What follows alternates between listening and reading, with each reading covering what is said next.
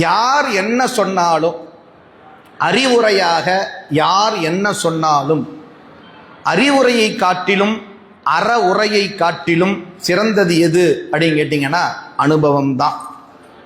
கண்ணதாசன் சொன்னதை சொல்லி அடியேனுடைய உரையை நிறைவு செய்கிறேன்.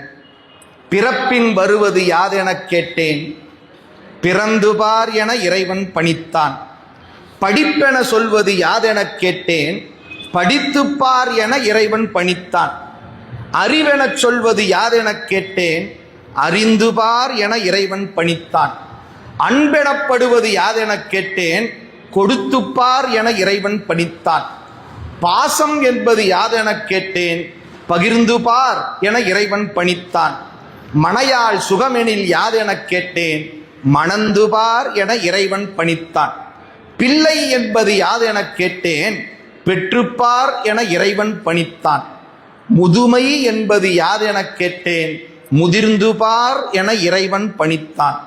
வறுமை என்பது யாதெனக் கேட்டேன், வாடிப்பார் என இறைவன் பணித்தான். இறப்பின் பின்னது யாதென்று கேட்டேன், இறந்துபார் என இறைவன் பணித்தான். அனுபவித்தேதான் அறிவது வாழ்க்கை என்றால், ஆண்டவனே நீ ஏன் என்றேன். ஆண்டவன் சற்று நெருங்கி வந்து அனுபவம் என்பதே நான் தான் என்றான். ஆக அந்த அனுபவம்தான் நம்மை செதுக்கும், அந்த அனுபவம்தான் நம்மை நன்னெறிக்கு ஆட்படுத்தும் என்று சொல்லி நிறைவாக சொல்ல வேண்டிய செய்தி என்ன என்று கேட்டால், நம்மால் இயன்றவரை பிறருக்கு நன்மை செய்து வாழ்வோம்.